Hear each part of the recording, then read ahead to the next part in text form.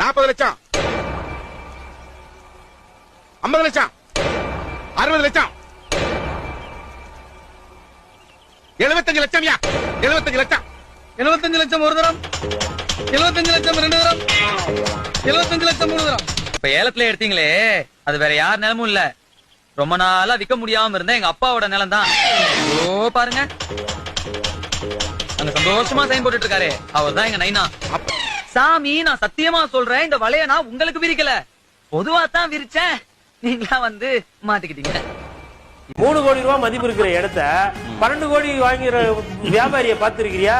அப்படி ஒரு வியாபாரியை நான் இன்னைக்கு பார்த்தேன் அப்படின்னு சொல்லிட்டு ஏலத்துல தோத்துருவாரு. யாரு? ஸ்டாலின் வந்து நஷ்டம் அடைஞ்சிட்டாரு. அதாவது ஆமா, அதாவது டிஎம்டிகேக்கு இங்க இருக்கிற எல்லாருமே ஒத்துக்குவாங்க, தேசிய முற்போக்கு திராவிட கழகத்துக்கு வாக்கு வங்கி கம்மி.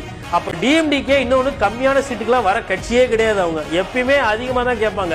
அப்ப இவர் என்ன பண்ணிருக்காருன்னா, இபிஎஸ் மறைமுகமா ஏலத்தை ஏத்தி விட்டு 3 கோடி ரூபாய்க்கு போக வேண்டிய சொத்தை வந்து 12 கோடி ரூபாய்க்கு டிஎம்கே கிட்ட கட்டி விட்டாரு.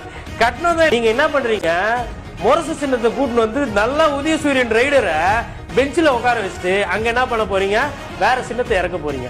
அப்போ திமுக என்ன நினைக்குது, கூட்டணி அந்த 500 ஓட்டுக்கு பார்த்து நல்லா விளையாடக்கூடிய ரைடர் உதயசூரியனை சீட்டை 15 சீட்டு 20 சீட்டு கம்மி பண்ண போறீங்க. ஒருத்தர் டார்ச் அடிச்சுன்னு போக போறாரு, இன்னொருத்தர் முரசாட்சின்னு போக போறாரு.